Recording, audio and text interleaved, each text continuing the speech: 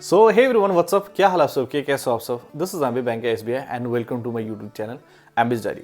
आज के इस वीडियो पे गाइस थोड़ा चर्चा करने वाला है करंट अफेयर्स पोर्शन के बारे में, जनरल अवेयरनेस पोर्शन के बारे में, स्पेशली कि कितने महीने का करंट अफेयर्स एंड जनरल अवेयर्स आपको करके जानी है, कैसे मैंने अच्छा स्कोर किया था। बहुत ज़्यादा कमेंट्स आ रहे हैं इस चीज़ को लेके कि सर आपने कैसे किया था, कितने महीने का करंट अफेयर्स आप करके गए थे, कैसे बैंकिंग अवेयरनेस को टैकल किया था। तो आइए चलते हैं, खुल के डिस्कस करते हैं कि कैसे आपको मैक्सिमाइज करना है आपका स्कोर। स्पेशली आपको पता ही है कि मेंस में अच्छा स्कोर करने के लिए या सिलेक्शन लेने के लिए, चाहे वो एसबीआई पीओ हो या एसबीआई क्लर्क हो, current affairs, general awareness, banking awareness पे अच्छा मार्क्स लाना बहुत इंपॉर्टेंट है। इससे ही आपका सिलेक्शन इंश्योर होता है। ठीक है, तो देखो पहला क्वेश्चन ये है कि कितने महीने का करंट अफेयर्स आपको करके जाना है। मैंने पहले भी वीडियोस पे बताया है आपको कि जनरली मैं क्या करता था, 4 से 5 महीने के करंट अफेयर्स करके जाता था। तो मान लो कि आपका एग्जाम फेब में है या मार्च में, जब भी है, तो मेंस का जो एग्जाम होने वाला है उससे 10 से 12 दिन पहले का करंट अफेयर्स आपको करके जाना है। मीन्स 10 से 12 दिन पहले का, एंड नवंबर से स्टार्ट कर दो। नवंबर से लेके जब आपका मेंस का पेपर है उससे 10 से 12 दिन पहले का करंट अफेयर्स आपको करके जाना। ठीक है, तो जनरली इसमें मेरे ख्याल से 4 से 4.5 महीने का करंट अफेयर्स अगर करके जाता हो, 5 महीने का तो काफ़ी है। 5 महीने काफ़ी होते हैं current affairs general awareness portion complete करने के लिए। ठीक है, दूसरा क्वेश्चन के बारे में डिस्कस करते हैं। दूसरा क्वेश्चन ये था कि सर कैसे आपने किया था एंड क्या क्या चीज़ें, क्या क्या मैगजीन्स कैसे आप करते थे।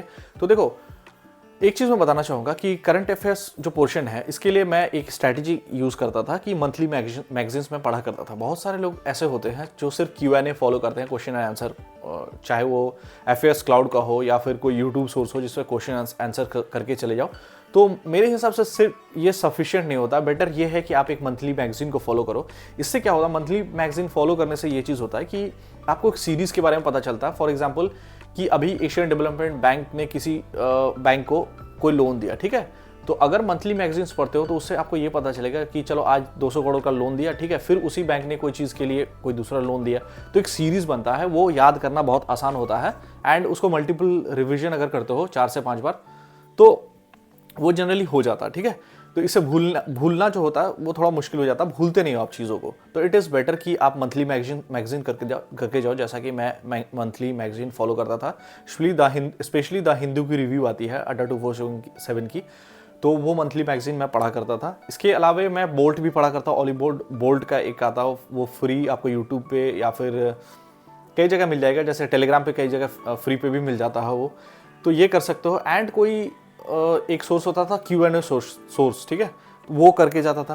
तो मैं जनरली 2 सोर्स फॉलो करता था। एक था आपका, या तो मैं किसी मंथ ऑलीबोर्ड का बोल्ट पढ़ लूँ या फिर द हिंदू का रिव्यू पढ़ लूँ, मंथली मैगजीन, एंड उसके साथ कोई एक Q&A टाइप का, चाहे वो यूट्यूब से है, जैसे स्टडी IQ की आती है 300 बेस्ट 300 क्वेश्चंस या 500 क्वेश्चंस, ऐसा आप कर सकते हो, या कोई दूसरा सोर्स भी आप फॉलो कर सकते हो जो आपको लगे बेटर आप कर सकते हो। ठीक है, तो 2 सोर्स आपको फॉलो करके जानी है, स्पेशली एक मंथली एंड एक क्वेश्चन एंड आंसर टाइप।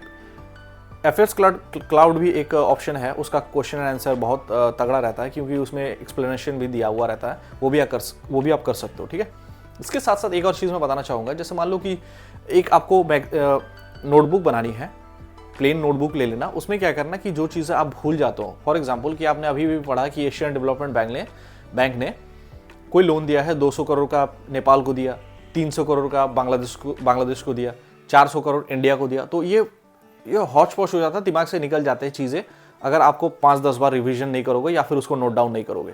तो आपको क्या करना है, इन 4-5 महीने का आपको एक नोटबुक बना लेनी है, एंड उसमें डिटेल में आपको लिखते रहना है कि स्पेशली जो चीज़ आप भूल जाते हो, जो आपको लगता है कि यार ये रिपीटेड है, मैं भूल सकता हूँ, ये रिपीटेड है, भूल सकता हूँ। फॉर एग्जाम्पल अभी रेपो रेट क्या है, रिवर्स रेपो रेट क्या है, कितने % का कुछ हुआ है, किसके साथ MOU हुआ है। मान लो SBI ने किसी बैंक के साथ MOU किया, PNB के साथ या फिर बैंक ऑफ बड़ौदा के साथ, तो क्या होता है कि चीज़ें भूलने लगते हो आप। जब तक उसको 4-5 बार रिवीजन नहीं करते, फिर आप सोचोगे कि SBI ने किसके साथ किया था, PNB के साथ किया था, बॉब के साथ किया था, तो ये कन्फ्यूजन होती है। इसके लिए बेटर आप छोटे छोटे नोट्स बनाओ, क्रिस्प में लिखो कि SBI with PNB, SBI with Bob 500 crore. तो ऐसे छोटे छोटे ये ट्रिक्स है, तो इसको नोट डाउन करो। बेटर है कि नोट डाउन करके करो, तो आसानी होती है चीज़ को रिकॉल करना। एंड 5-6 बार उसको अगर कंप्लीटली करके जाओगे, 5 बार 6 बार रिवीजन, तो आपको वो एग्जाम में याद रहेगा। बाकी चीज़ आप भूल जाओगे, क्योंकि देखो revision one of the most important thing है, specially current affairs and general awareness का जो पोर्शन है, बैंकिंग अवेयरनेस। ठीक है, तो ये सब चीज़ें आपको करके जानी है, रिविजन करके जाना है।